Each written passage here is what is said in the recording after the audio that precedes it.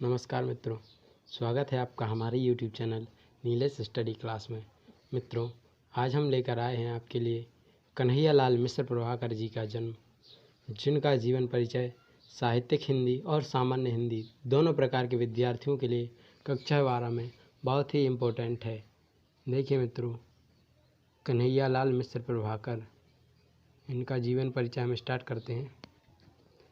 कन्हैयालाल मिश्र प्रभाकर का जन्म 21 मई 1906 ईस्वी को सहारनपुर जनपद, ये कौन से ज़िले में पैदा हुए थे मित्रों? सहारनपुर जनपद। इनका ये जो जनपद था वो सहारनपुर था और सहारनपुर जनपद के देवबंद नामक कस्बे में हुआ था। कौन से? देवबंद। ये इनके गांव या कस्बे का नाम था। इनके पिता का नाम श्री रमादत्त मिश्र, जो पांडित्य कर्म करते थे। इनके पिताजी कौन से काम करते थे? पंडितगिरी करते थे। वे मधुर स्वभाव के संतोषी ब्राह्मण थे। प्रभाकर जी की माता का स्वभाव बड़ा ही तेज था, वो बहुत गुस्से वाली थी। घर की आर्थिक परिस्थितियों के कारण, ये इनकी घर की आर्थिक परिस्थितियां प्रतिकूल होने के कारण प्रभाकर जी का प्रारंभिक शिक्षा सुचारू रूप से नहीं हो सकी। इनकी जो प्रारंभिक शिक्षा थी वो अच्छी तरह से नहीं चल पाई। इन्होंने स्वाध्याय से ही हिंदी, संस्कृत तथा अंग्रेजी आदि भाषाओं का गहन अध्ययन किया। बाद में वे खुर्जा के संस्कृत विद्यालय के विद्यार्थी बने। तभी इन्होंने राष्ट्रीय नेता मौलाना आसिफ अली का भाषण सुना, जिसके जादुई प्रभाव से वे परीक्षा त्याग कर देश सेवा में संलग्न हो गए और तब से इन्होंने अपना संपूर्ण जीवन राष्ट्र सेवा को समर्पित कर दिया। देखिए, इन्होंने सिर्फ मौलाना आसिफ अली, जो एक राष्ट्रीय नेता थे भारत के, उनके भाषण सुनकर इन्होंने अपनी पढ़ाई त्याग दी और देश सेवा में लग गए। प्रभाकर जी उदार राष्ट्रवादी तथा मानवतावादी विचारधारा के व्यक्ति थे। ये किस किस विचारधारा के व्यक्ति थे? तो देखिए, ये उदार थे, राष्ट्रवादी थे, मानवतावादी थे और ये देश प्रेम और मानवता के अनेक रूपों उनकी रचनाओं को देखने को मिलते थे। देखिए, पत्रकारिता के क्षेत्र में इन्होंने निहित स्वार्थों को छोड़कर, जो अपने स्वयं के स्वार्थ थे उनको छोड़कर, समाज में उच्च आदर्शों को स्थापित किया। उन्होंने हिंदी को नवीन शैली शिल्प से सुशोभित किया। इन्होंने स्मरण, रेखाचित्र, यात्रा वृत्तांत, रिपोर्टाज आदि, ये इनकी विधाएं हैं। इन्होंने कौन कौन सी विधाओं में लिखा? इन्होंने संस्मरण विधा में लेख लिखे, रेखाचित्र विधा में, यात्रा वृत्तांत में, रिपोर्टाज, ये इन्होंने इसमें प्रमुख रूप से लेख लिखे आदि लिखकर साहित्य संवर्धन किया। नया जीवन और विकास नामक समाचार पत्र के माध्यम से तत्कालीन राजनीतिक, सामाजिक व शैक्षिक समस्याओं पर इनके निर्भीक एवं आशावादी विचारों का परिचय प्राप्त होता है। 9 मई सन 1995 ईस्वी को इनका देहांत हो गया था। तो देखिए मित्रों, ये इनका जीवन परिचय था। सिंपल सा था इनका जीवन परिचय। इनका जन्म हुआ था जो 21 मई को हुआ था 1906 ईस्वी में। ये देखिए, 21 मई 1906 ईस्वी में हुआ था इनका जन्म और इनकी मृत्यु हुई थी 9 मई सन 1995 ईस्वी। ठीक है मित्रों, तो ये तो था इनका जीवन परिचय।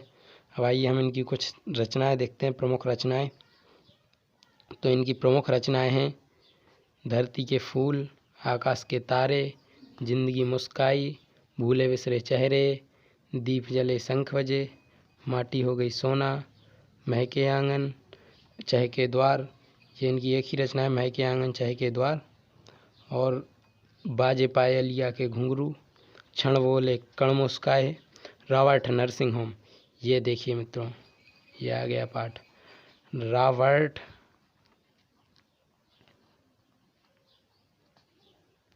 नर्सिंग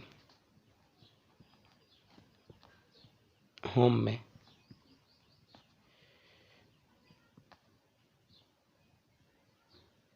देखिए मित्रों, ये रावट नर्सिंग होम है। इसमें ये हमारी जो 12 की किताब थी उसमें तृतीय पाठ दिया गया है, आप ज़रूर पढ़ना।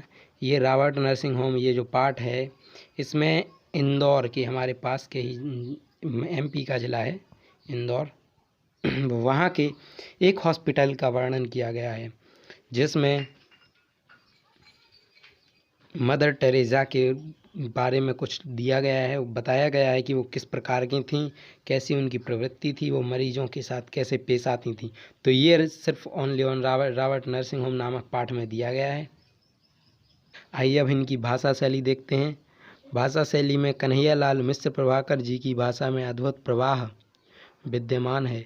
इनकी भाषा में मुहावरों व उक्तियों का सहज प्रयोग हुआ है। अलंकारिक भाषा से इनकी रचनाएं कविता जैसा सौंदर्य प्राप्त कर गईं।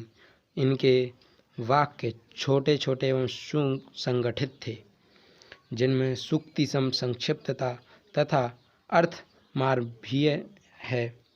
इनकी भाषा में व्यंग्यात्मकता, सरलता, मार्मिकता, चुटीलापन तथा भावाभिगी व्यक्ति की क्षमता है। मतलब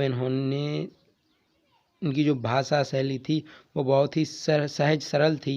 इन्होंने अपनी रचनाओं में मुहावरों, लोकोक्तियों का भी प्रयोग किया गया है। तो ये इनकी थी भाषा शैली। इनकी भाषा शैली के बारे में आगे बात करते हैं।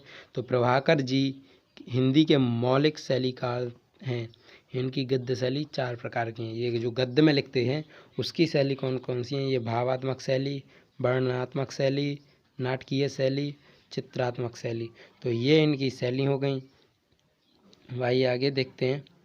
कन्हैयालाल मिश्र प्रभाकर हिंदी साहित्य की निबंध विधा के स्तंभ हैं। किस विधा के? हिंदी साहित्य के निबंध विधा के स्तंभ है। मतलब इन्होंने सबसे अधिक निबंध लिखे हैं। ये निबंध विधा के स्तंभ के रूप में कहे जाते हैं। कौन? कन्हैयालाल मिश्र प्रभाकर। अपनी अद्वितीय भाषा शैली के कारण वे एक महान गद्यकार, राष्ट्रीय आंदोलनों के प्रतिभागी एवं साहित्य के प्रति समर्पित साधकों में प्रभाकर जी का विशिष्ट स्थान है। इन्होंने हिंदी में लघु कथा, संस्मरण, रेखाचित्र तथा रिपोर्टाज आदि विधाओं का प्रवर्तन किया है।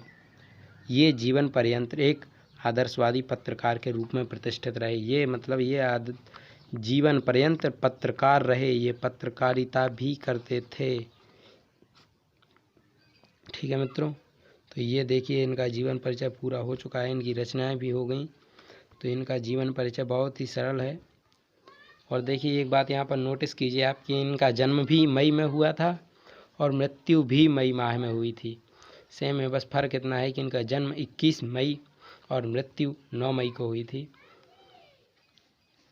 ठीक है मित्रों, अगर वीडियो अच्छी लगे तो लाइक कीजिए, दोस्तों में शेयर कीजिए और अगर चैनल पर नए आए हैं तो आप चैनल को सब्सक्राइब करना बिल्कुल भी ना भूलिए। धन्यवाद। जय हिंद, जय भारत।